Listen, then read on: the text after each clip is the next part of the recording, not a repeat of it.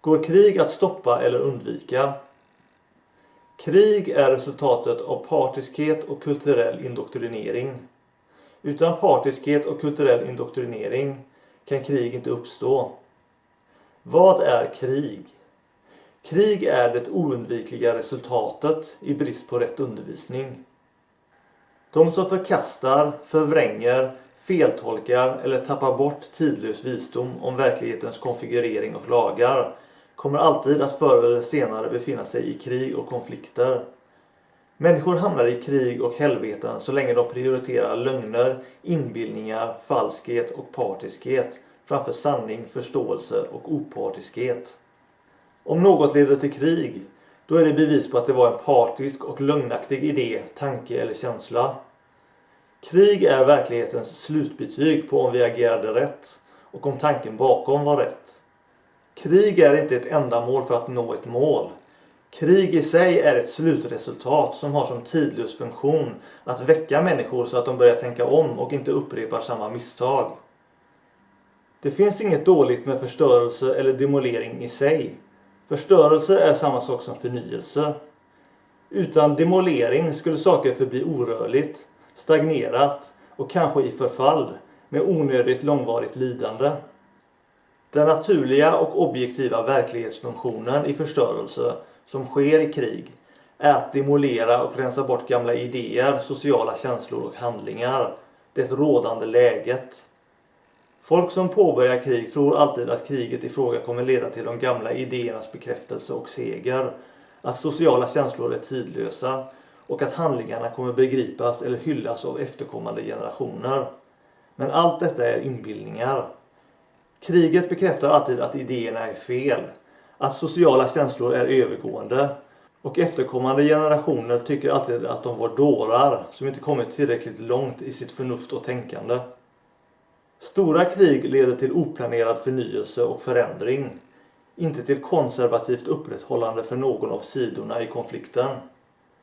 Förstörelse fungerar som väckarklocka. Om människor krigade med enbart denna objektiva avsikt, att göra folk uppmärksamma utifrån universell kunskap, då skulle kriget inte vara ondska eller ett hinder. Det är genom fortsatt eller ökad okunskap och rutinmässiga dåd som gör krig och förstörelse brottsligt. När du vet att nöje och plåga, vinst och förlust, segrare och besegrad är alltihop samma sak, då är inget du gör ett hinder eller förfall. Människans attityd visar utvecklingstillståndet. När krig tas på största allvar eller för att bevara egen makt är individen blind och en psykopat. När krig görs på rutin och av patriotiskt deltagande är individen imiterande, latsinnad och utgör en fara. När krig görs av passion och heroiska ambitioner är individen förförd av subjektiva drömmar, låg konst och inbildning om att människor kan vara orsakskällor. Drömmar eller starka känslor som förenar på ett passionerat vis är stark identifiering och hypnos. Krig utförs inte av människor, men genom människor. Krig är något som använder sig av människor, inte tvärtom.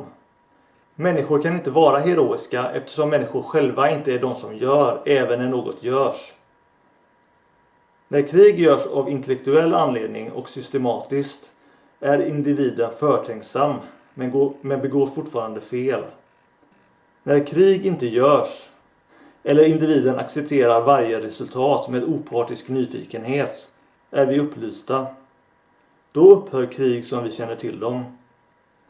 Det bör dock påpekas att överdrivet krav på kärlek och solidaritet också är partiskt och visar på en oförmåga att uppskatta upplevelserna i att konfrontera och brottas med andra när det kommer till olika naturliga energier.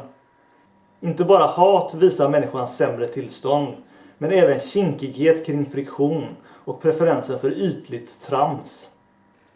Problem kan alltid lösas utan krig, men det är svårt och kräver rätt utbildning och upptränad självkontroll. Att försöka stoppa krig genom att ha ihjäl vissa individer eller klandra det ena eller det andra är meningslöst. Någon annan kommer bara ta samma plats. Abstrakt ondska, särskilda individer, någon samhällsklass något land eller religion och så vidare är bara ursäkter och syndabockar som används för att slippa se sin egen skuld i det hela. Och alla dessa idéer om orsakskällor och syndabockar blir i själva verket orsaken till nya krig. Varje människa är en kugge i krigsmaskineriet.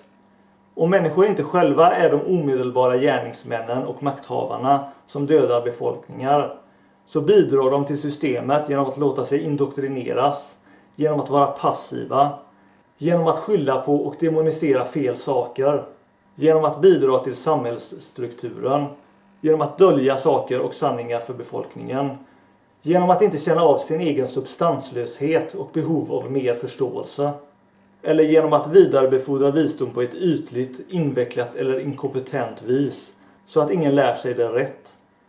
En människa ensam kan inte utföra krig. Det är nödvändigt att alla förstår att alla är ansvariga och har skulden för krig. Och därefter att förstå att ingen är ansvarig då allting händer utefter orsak och verkan. En sådan kunskap skulle kunna ändra riktningen till något bättre. En sådan kunskap är vad tidlös utbildning ämnar vara. Men folk är inte intresserade i självkritik eller att ifrågasätta sina värderingar och tror att saker kan åstadkommas på annat sätt. Det kan det inte.